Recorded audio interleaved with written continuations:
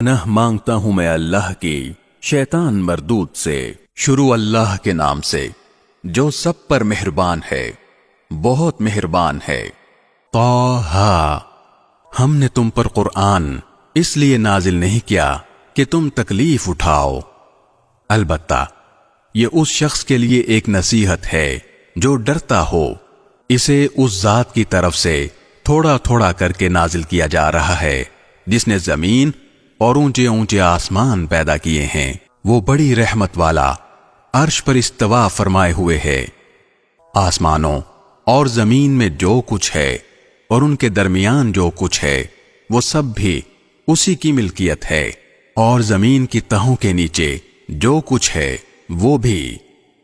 اگر تم کوئی بات بلند آواز سے کہو یا آہستہ تو وہ چپکے سے کہی ہوئی باتوں کو بلکہ اور زیادہ چھپی ہوئی باتوں کو بھی جانتا ہے۔ اللہ وہ ہے جس کے سوا کوئی معبود نہیں ہے، اسی کے اچھے اچھے نام ہیں۔ اور اے پیغمبر، کیا تم تک موسیٰ کا واقعہ پہنچا ہے؟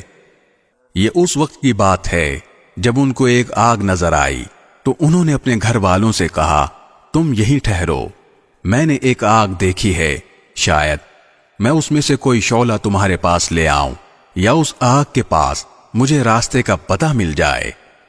چنانچہ جب وہ آگ کے پاس پہنچے تو انہیں آواز دی گئی کہ اے موسیٰ، یقین سے جان لو کہ میں ہی تمہارا رب ہوں۔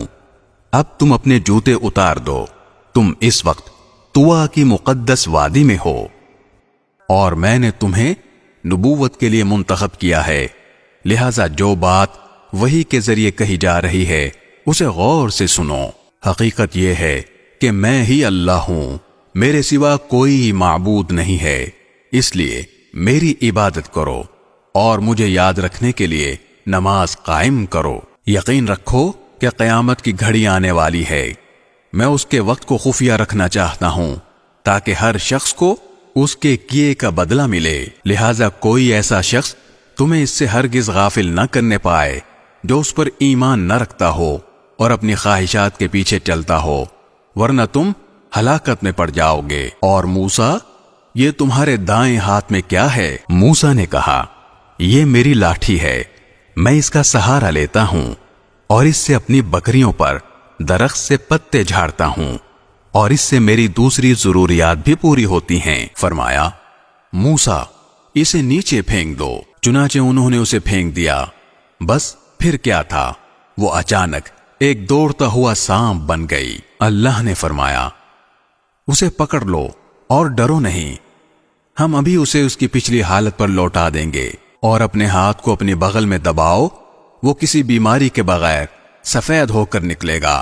یہ تمہاری نبوت کی ایک اور نشانی ہوگی۔ یہ ہم اس لیے کر رہے ہیں تاکہ اپنی بڑی نشانیوں میں سے کچھ تمہیں دکھائیں۔ اب فرعون کے پاس جاؤ، وہ سرکشی میں حد سے نکل گیا ہے۔ موسیٰ نے کہا، پروردگار، میری خاطر میرا سینہ کھول دیجئے اور میرے لیے میرا کام آسان بنا دیجئے، اور میری زبان میں جو گرہ ہے اسے دور کر دیجئے تاکہ لوگ میری بات سمجھ سکیں، اور میرے لیے میرے خاندان ہی کے ایک فرد کو مددگار مقرر کر دیجئے، یعنی ہارون کو جو میرے بھائی ہیں، ان کے ذریعے میری طاقت مضبوط۔ اس وقت کا تصور کرو جب تمہاری بہن گھر سے چلتی ہے اور فرعون کے کارندوں سے یہ کہتی ہے کہ کیا میں تمہیں اس عورت کا پتہ بتاؤں جو اس بچے کو پالے؟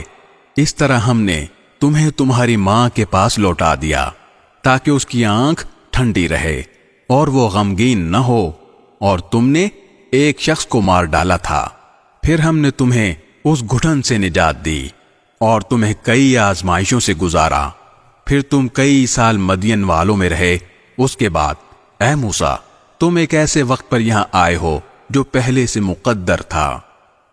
وَاصْطَنَعْتُكَ لِنَفْسِي، اور میں نے تمہیں خاص اپنے لیے بنایا ہے۔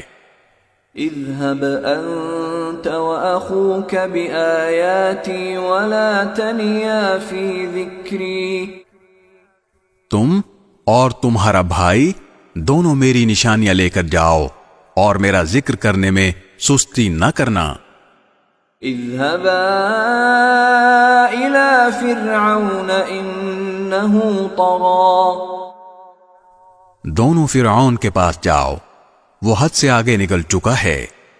فقولا له قولا لينا لعله يتذكر أو يخشى. جا کر دونوں اس سے نرمی سے بات کرنا، شاید وہ نصیحت قبول کرے یا اللہ سے ڈر جائے. قالا ربنا